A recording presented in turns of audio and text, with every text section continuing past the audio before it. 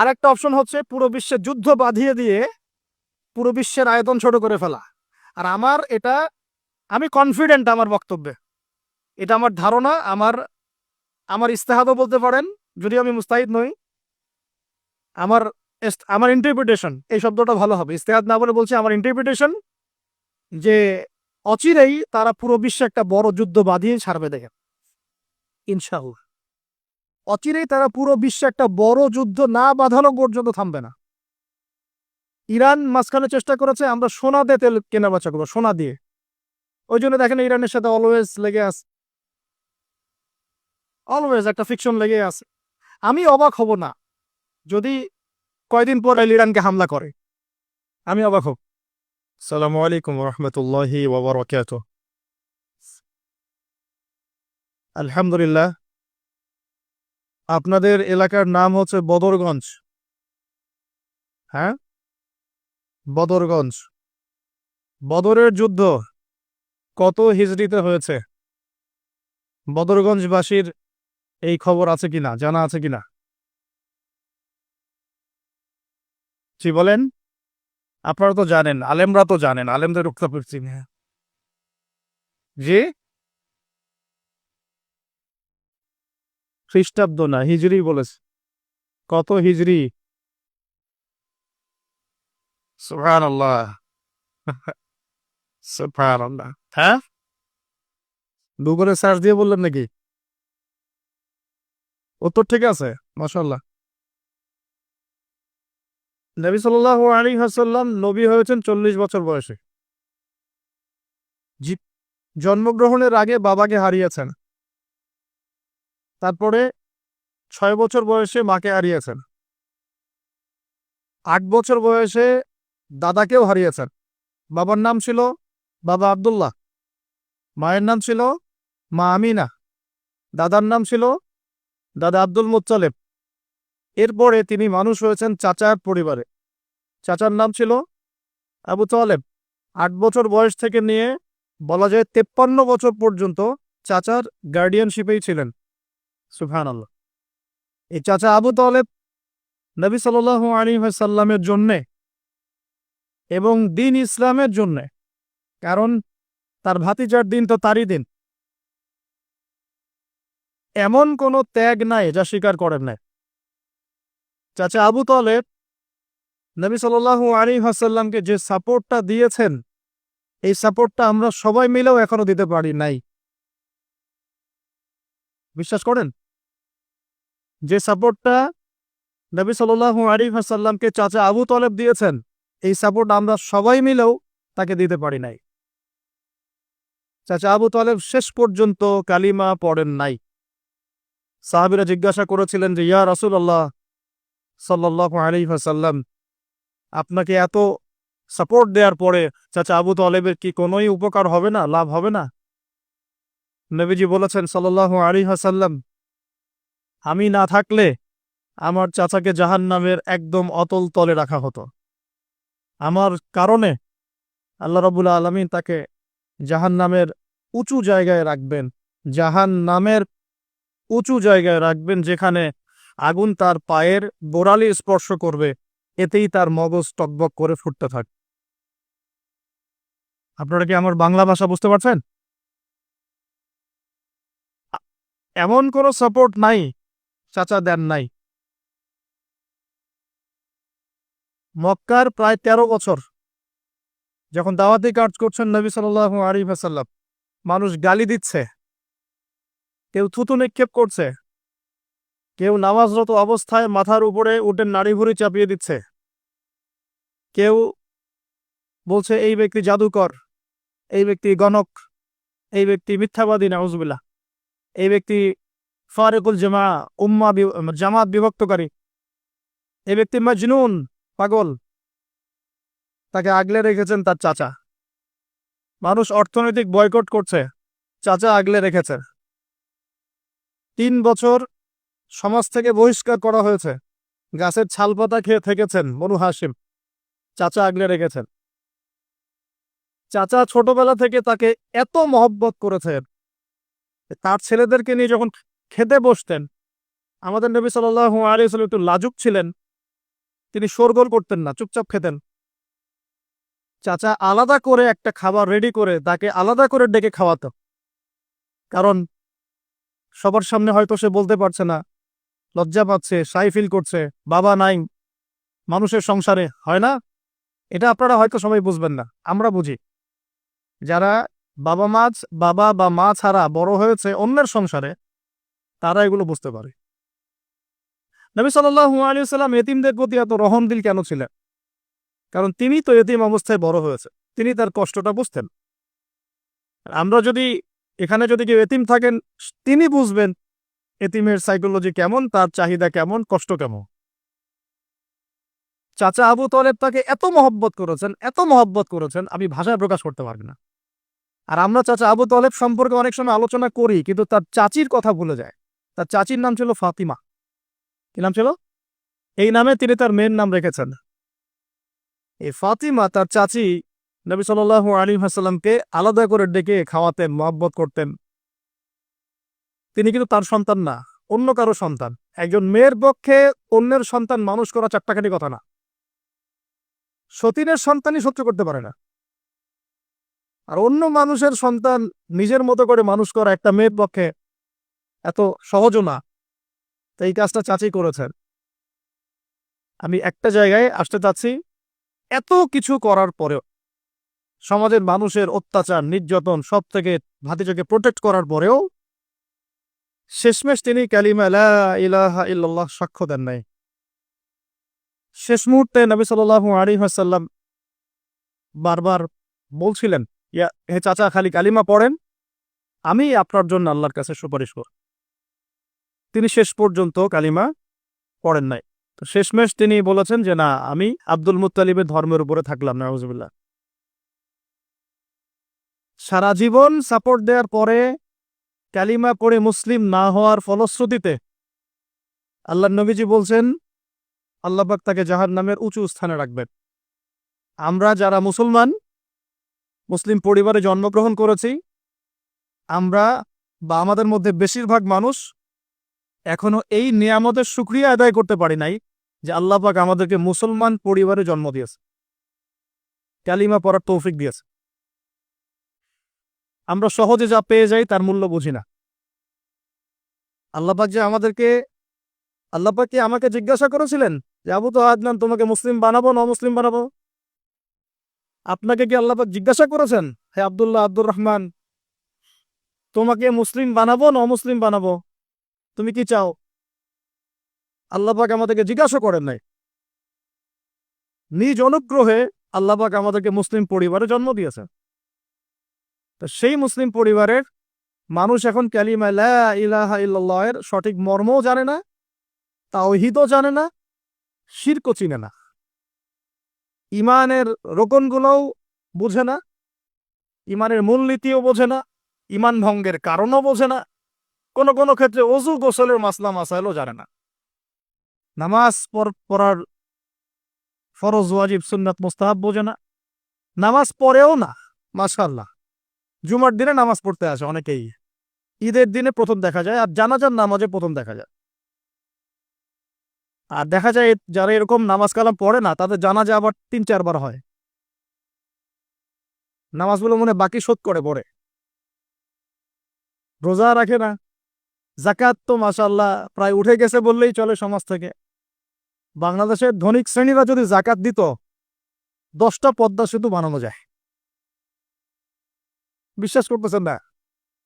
ধনীরা যদি সত্যি সত্যি যাকাত দিত, যাকাতের টাকা পদ্মা সেতুতে দেওয়া যাবে কিনা সেটাও একটা মাসালা আর কি। আমি একটা এক্সাম্পল দিলাম আর কি। যাকাতের টাকা তো ওইটা করা যাবে কিনা এটা তো একটা মাসালা, তাই না? যাকাতের খাত তো 8টা, ইন্নামা সাদাকাতু লিল ফুকারা ওয়াল মাসাকিন ওয়াল আমিলিনা আলাইহা ওয়াল মুআল্লাফাতি কুলুব ওয়া ফির রিকাব ওয়া ফি সাবিলিল্লাহ, এরকম কয়েকটা খাত আছে। তা আমি একটা এক্সাম্পল দিলাম, যদি বাংলার মানুষ ধনিক শ্রেণী ঠিকঠাক যাকাত দিত, বিশ্বাস করেন সমাজে আপনি দরিদ্র মানুষ খুঁজে পেতেন। যাকাত ভিত্তিক অর্থনীতি চালু আপনি করতে পারবেন না, রাষ্ট্রীয়ভাবে পারবেন না। আমি ভাই খোলামেলা কথা বলার মানুষ, যদি কারো পছন্দ না হয় কিছু করার নাই, আমাকে বলতে হবে। আপনি আমার সাথে একমত হন বা না হন, অ্যাটলিস্ট শুনেন, পরে সত্য মিথ্যা আপনি যাচাই করেন, মানা না মানা আপনার বিষয়। আমি জাস্ট বলতেছি, আমি তো আপনার মস্তক দখল করতে পারবো না, আমরা তো খুবই দুর্বল। যখন উম্মার একটা সংকট চলে তখন আপনি চিনতে পারবেন কারা ইমানদার কারা মুনাফিক। ভালো অবস্থায় আপনি বুঝতে পারবেন না, সব স্বাভাবিক আছে মনে করেন, এখন আপনি বুঝতে পারবেন না আসলেই কে ইমানদার কে মুনাফিক। উম্মার উপর কোনো বাধা বিপত্তি আসলে তখন বুঝতে পারবেন যে আসলেই কে ইসলামের পক্ষে আছে, কে ইসলামের বিপক্ষে আছে, আর কে ভিতরে ঢুকে ঢুকে শয়তানি করতেছে। আমাদের আলোচনার টপিক এটা না, টপিকে আসতেছি। আমি একটা কথা বলতে চাচ্ছিলাম, আল্লাহ পাক যে আমাদেরকে জিজ্ঞেস না করেই মুসলিম পরিবারে জন্ম দিয়েছেন, এই নেয়ামতের শুকরিয়া আমরা আদায় করতে পারবো না। যদি সারা জীবন সেজদায় পড়ে থাকি এখন থেকে নিয়ে আমরা শুধু তাওহীদের অনুসারী হয়েছি, এই এই কৃতজ্ঞতাই আমরা আদায় করতে পারবো না। আমরা দিনের জন্য কিছুই করি নাই, আমাদের দ্বারা ইসলামের বড় বড় খেদমত হয়েছে এমন না। আবু তালেব একা যা করেছেন আমার মতো 100 জন আবু তাহেব তা করতে পারে নাই, পারবে না, এটাই সত্য কথা। আবু তালেব কোন অবস্থায় করেছেন? যখন চতুর্দিক থেকে আল্লাহর নবীকে সবাই ছিছি করছে, গালিগালাজ করছে, হত্যার পর্যন্ত চেষ্টা করছে, পুরো সমাজ একদিকে, আবু তালেব একাই একদিকে। তার কাছে প্রস্তাব দেওয়া হয়েছে, তোমার ভাতিজাকে আমাদের হাতে তুলে দাও, নাহলে আমরা ব্যবস্থা নিব। সে বলছে, আমি আমার ভাতিজাকে তোমাদের হাতে তুলে দিব না যতদিন না আমার দেহ মাটির তলে না যাচ্ছে। হ্যাঁ, তিনি নবীজিকে গিয়ে বলছেন, তা আমার আমার বৃদ্ধ কাঁধের উপর এত বোঝা দিও না ভাতিজা, আমার বয়স হয়ে গেছে, ওরা তোমাকে বলছে তুমি দাওয়াতটা ছেড়ে দাও। তো নবীজি বলছেন, আমার ডান হাতে যদি চাঁদ এনে দেওয়া হয়, বাম হাতে সূর্য এনে দেওয়া হয়, চাচা আমি এই দাওয়াত ছাড়তে পারবো না। হয় আমি এই পথে দাওয়াত দিতে দিতে আমার এই দিন বিজয়ী হবে, না হলে আমি হালাক হয়ে যাও। তখন কি হলো? তখন তিনি বললেন যে ওরা তোমার দিকে আসতে পারবে না দলে দলে যতক্ষণ না আমি আবু তালেব দাফন হচ্ছি মাটির তলে। কথা বুঝতে পারছেন?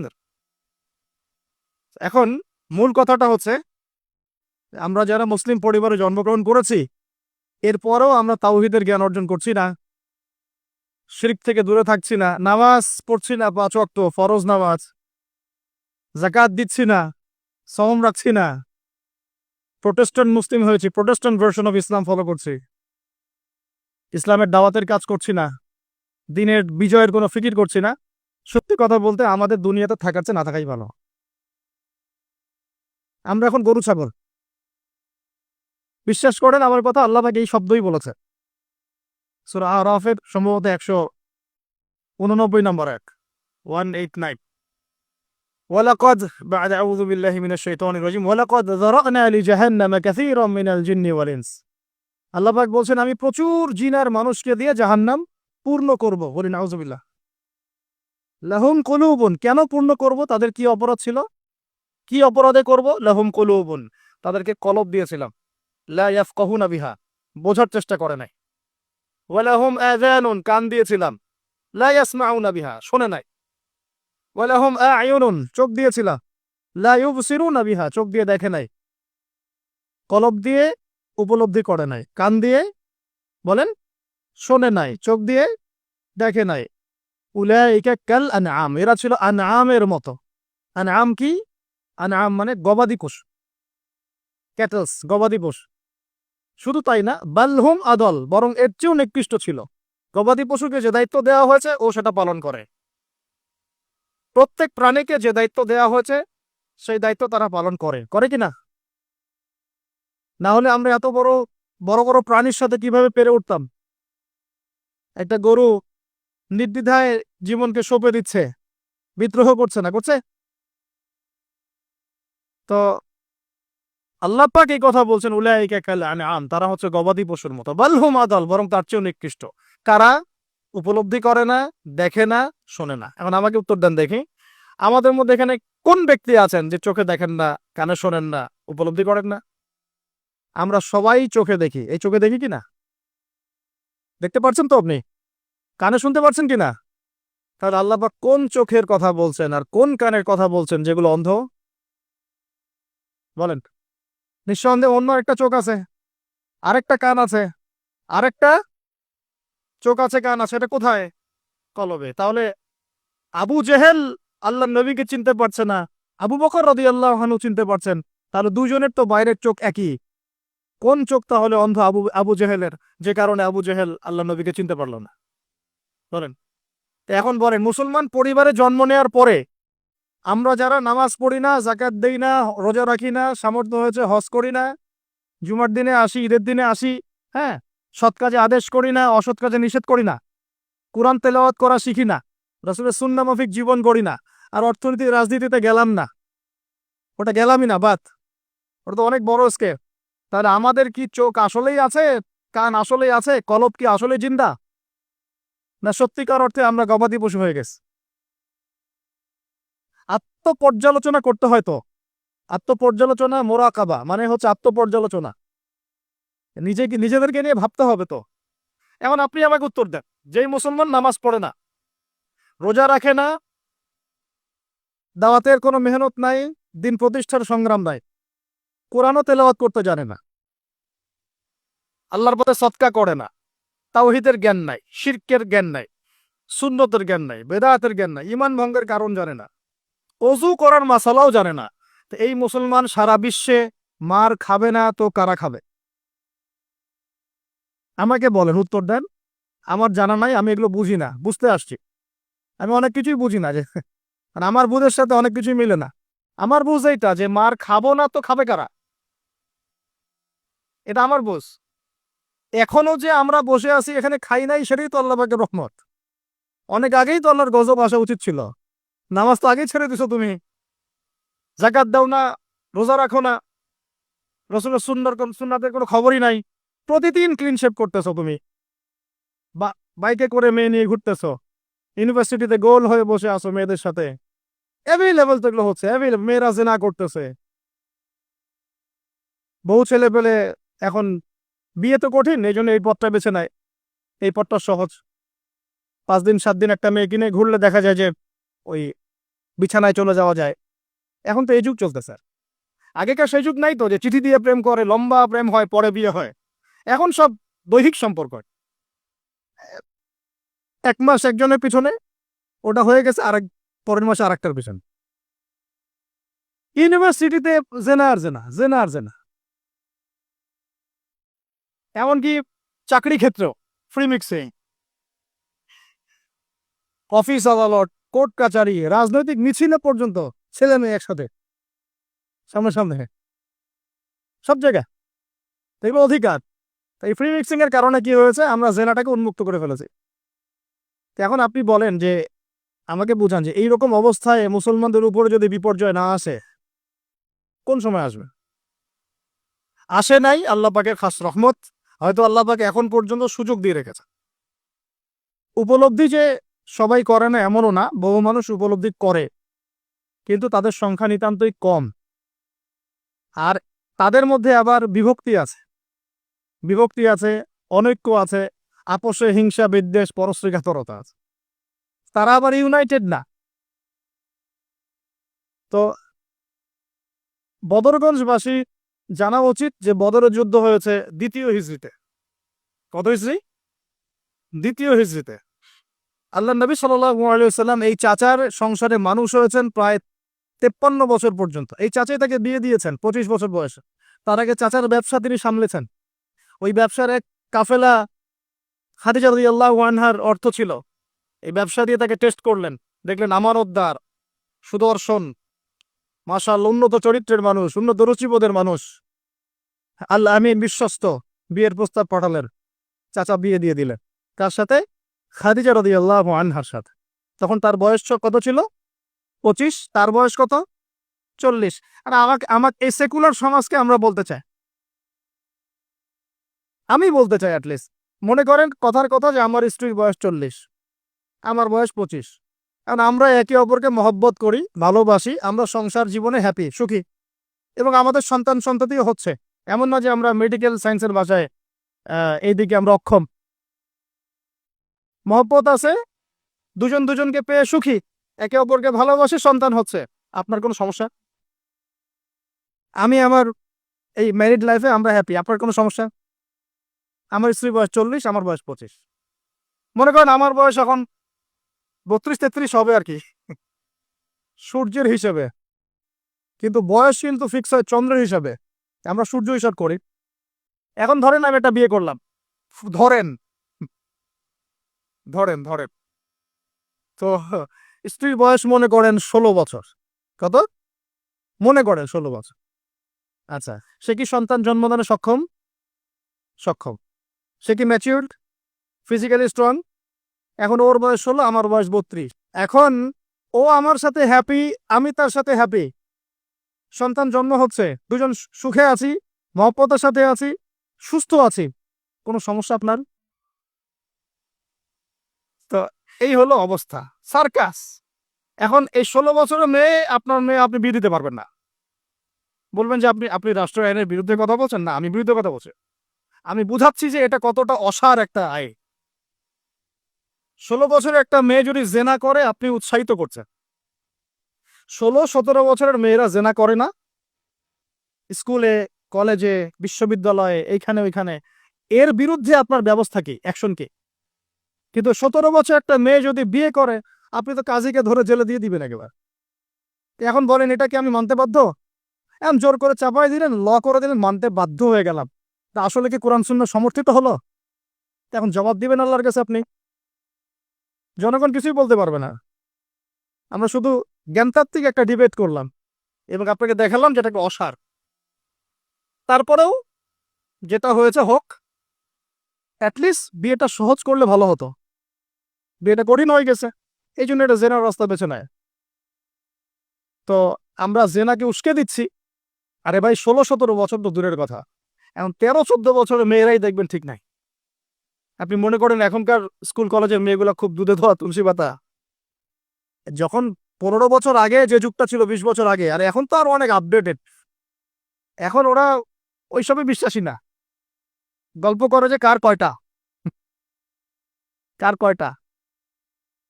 তো সব দিকে সমস্যা। আমি যে পয়েন্টে আছে এখানে চলে আসেন। তার বয়স তখন 40, আমাদের নবীজির বয়স 25। ম্যারিড জীবনে হ্যাপি, 6টা সন্তান হয়েছে। কয়টা? আর নবী সাল্লাল্লাহু আলাইহি সাল্লাম খাদিজা রাদিয়াল্লাহু আনহার কাছ থেকে যে মমতা, যে ভালোবাসা, যে সাপোর্ট পেয়েছেন, এটা বিরল। এই যুগে এমন মেয়ে পাওয়া হয়তোবা সম্ভব না, কারণ এই যুগে তো আমরাও সাহাবীদের মতো না। আমরা যদি সাহাবীদের মতো না হতে পারি, আমরা মহিলা সাহাবীদের মতো স্ত্রী আশা করি কিভাবে? মাশাআল্লাহ। এখন নবী সাল্লাল্লাহু আলাইহি ওয়াসাল্লামের কাছে সমাজের জাহিলিয়াত ভালো লাগে না।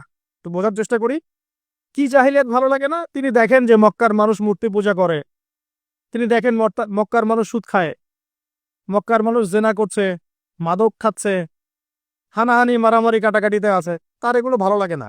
তিনি এখান থেকে সরে যান, দূরে দূরে থাকেন, দূরে দূরে থাকেন। হেরা হেরা পাহাড় আছে, হেরা গুহা, ওই পর্বতের গুহায় তিনি একা একা নির্জনতা অবলম্বন করে। কারণ যখন আপনি একটা ভালো রাস্তায় থাকবেন, সমাজের অন্যান্য খারাপ বিষয়গুলো আপনার পছন্দ হবে না, নিচে থেকে ভালো লাগবে না।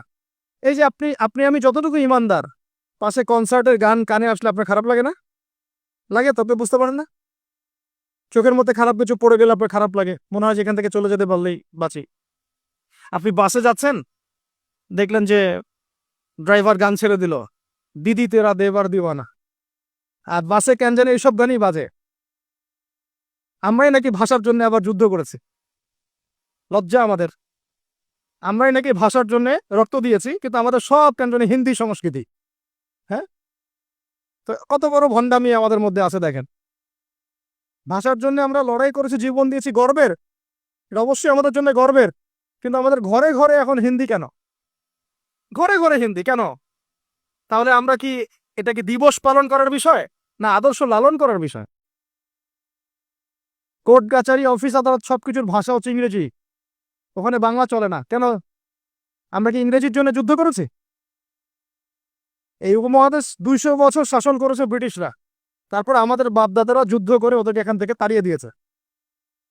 কিন্তু ওরা চলে গেলেও ওদের কোনো সুন্নত নিয়ে যায় নাই, ওদের সব সুন্নত দিয়ে গেছে। কোর্ট কাচারির সুন্নত দিয়ে গেছে, অর্থনৈতিক ব্যাংকিং সুন্নত দিয়ে গেছে, রাজনৈতিক সুন্নত দিয়ে গেছে, এমনকি পোশাক আশাকের সুন্নতও দিয়ে গেছে। এমনকি বাথরুমের টয়লেট ওইটাও দিয়ে গেছে। সবখানে এখন হাই কমোড, ব্রিটিশ ইংলিশ। তো ওরা কি আসলেই চলে গেছে? আর আমরা কি আসলেই স্বাধীন? কে বলবে এইগুলো আর কে ভাববে? আর মানুষ এগুলো কবেই পজিটিভলি নেওয়ার চেষ্টা করবে আল্লাহ ভালো জানেন। বাট আমরা বলে যাচ্ছি ইনশাল্লাহ একদিন না একদিন ইসলাহ হবে ইনশাল্লাহ। আল্লাহ পাক যেন সহজ করেন এবং কবুল করেন। এখন কথা হচ্ছে যে তিনি দেখেন আরবের লোকজন সুদ খায়, মদ খায়, জেনা করে ইত্যাদিতে, তিনি একা একা থাকা শুরু করলেন। একা থাকতে থাকতে ওই সময় তিনি যেভাবে ইবাদত করতে পারতেন সেভাবে ইবাদত করেছেন।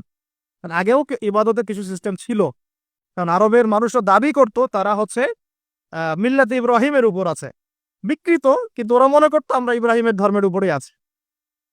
এখন 40 বছর বয়সে নবী সাল্লাল্লাহু আলাইহি ওয়াসাল্লামের কাছে প্রথম ওহীটা চলে আসত। প্রথম ওহী কি ছিল ভাই? কোন সূরা? সূরা আলাকের কত নম্বর আয়াত? প্রথম আয়াতটা, প্রথম ওহীটা কি সংক্রান্ত ছিল? নামাজ পড়ো, রোজা রাখো, হজ করো, যাকাত দাও, মূর্তি পূজা করো না। কি বলেছেন আল্লাহ পাক? ইকরা বিসমি রাব্বিকাল্লাযী খালাক। হে নবী, কথাটা বুঝুন। হে নবী মুহাম্মদ সাল্লাল্লাহু আলাইহি ওয়াসাল্লাম, আপনি যেগুলো দেখে ব্যথিত, যে সমাজটার এই যে জাহেলিয়াত আপনি দূর করতে চান, যাদেরকে নিয়ে আপনি চিন্তাগ্রস্ত, আপনার কাছে ভালো লাগে না এই জাহেলিয়াত গুলো, এগুলোকে দূর করতে হলে আগে পড়াশোনা করতে হবে, জ্ঞান লাগবে। আগে কি লাগবে? ওই জায়গায় মুসলমানরা পিছিয়ে পড়ার কারণে আজকে এই অবস্থা হচ্ছে। দুজনের বুঝে আসছে, দুজন ঠিক বলছে। ওই ইকরা বিসমি রাব্বিকাল্লাযী খালাক, এই পড়াশোনা থেকে আমরা পিছিয়ে পড়েছি বলেই আমাদের আজকে এই অবস্থা হয়েছে। বলছেন, এখন বলবেন যে আমরা তো পড়াশোনা করছি, সাক্ষরতার হার তো আমাদের 80, 67, 77 এরকম আর কি। তো সত্যিই কি পড়ছি? ইকরা বিসমি রাব্বিকাল্লাযী খালাক অর্থ হচ্ছে পড়ুন আপনার রবের নামে, যিনি আপনাকে, যেই জ্ঞান আপনাকে আপনার স্রষ্টার দিকে নিয়ে যাবে সেটাই তো জ্ঞান। এখনকার আমাদের জ্ঞানগুলো কি সত্যি আমাদেরকে আল্লাহর দিকে নিয়ে যাচ্ছে নাকি আল্লাহ থেকে দূরে সরাচ্ছে? তাহলে বোঝেন। এখন আপনি যদি বলেন যে তাহলে কি আপনি শুধু মাদ্রাসা শিক্ষাকেই সমর্থন করছেন, জেনারেল শিক্ষা সমর্থন করছেন না, আমি বলবো না। আমি নিজেও জেনারেল শিক্ষিত একজন মানুষ, আমরা অনার্স মাস্টার্স করেছি এবং আমরা কখনো সেকেন্ড হইনি আলহামদুলিল্লাহ, কয়েকবার ছাড়া। তো আমরাও জানি ব্যাপারগুলো কি। আমরা জেনারেল শিক্ষার উপকারী শিক্ষাগুলোকে সমর্থন করি, কিন্তু কোরআন এবং সুন্নাহ ইসলামের মূল শিক্ষাটাকে বাদ দিয়ে এই জেনারেল শিক্ষা আমার কোনো উপকার করবে না। আবার একই সাথে কোরআন এবং হাদিস এই দুটাতে দক্ষ হয়েও যদি আমরা বর্তমান বিশ্বের উপকারী জ্ঞানগুলো অর্জন করতে ব্যর্থ হই, তখন কোরআন সুন্নাহকে হাতে নিয়েও এই বিশ্বকে চ্যালেঞ্জ করতে পারবো না। তাহলে দরকার কি? সমন্বয়।